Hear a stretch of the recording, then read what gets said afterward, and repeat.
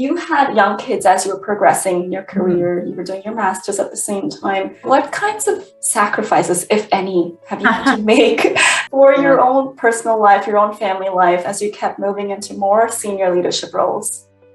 Yeah, I mean, it wasn't easy at the time. I had a very supportive husband, but he also had a busy job.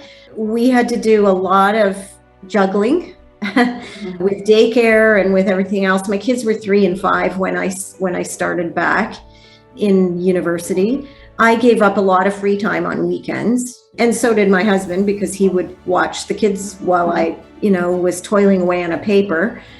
But I was really focused, and I felt I really needed to do it. Obviously, there was a lot of financial sacrifice in those days as well. We were not going out and doing a lot of fancy trips or any of those kinds of things. We were, happy to go out tenting with the kids. But it was worth it. And, you need to have, if you've got a partner in your life, you need to have a supportive partner. We made a deal. Our deal was, you sacrifice for me to be able to do this now, and then your turn is coming. And his turn did come, and he went back and did his master's degree once I was finished and in a stable work position, and we were able to do that. So people do, though, have to appreciate the fact that, your social life is something for a period of time that will not be the same. You will not have the amount of free time, and you need to be prepared for that. Right. It's always weighing your goals against, the consequences, right?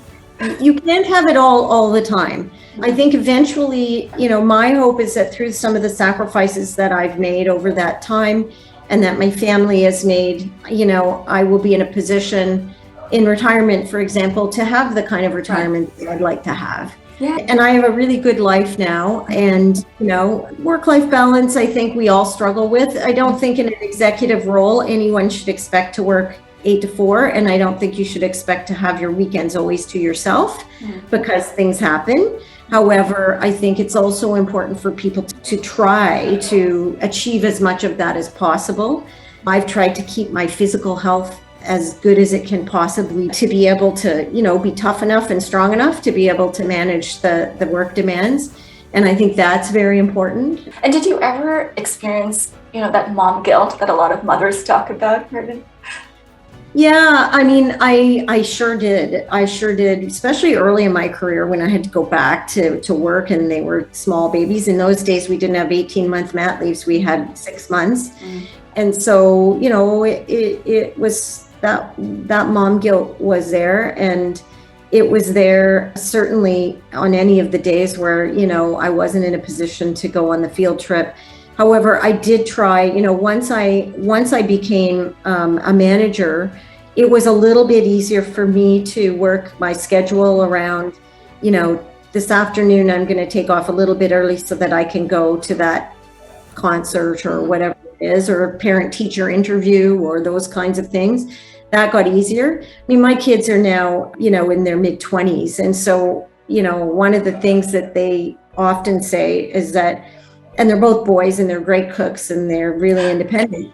And they sort of say, it didn't hurt us. Like, you need to understand, we're proud of you as our mom. We're proud that you've achieved what you've achieved, and you've provided for our family so well. And, I think so long as the time you spend with your kids is a really special time. And I've always taken, very great care to make sure that I always had that kind of relationship with my children. So it's a balance.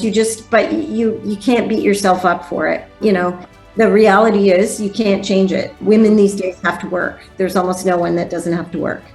So your job is to try and make that the best it can be, get your kids into the best quality daycare you can, be involved with that daycare. I was always on the board of our daycare. So I had, a lot of personal interaction with making sure that their experience while they weren't with me was the best it could be.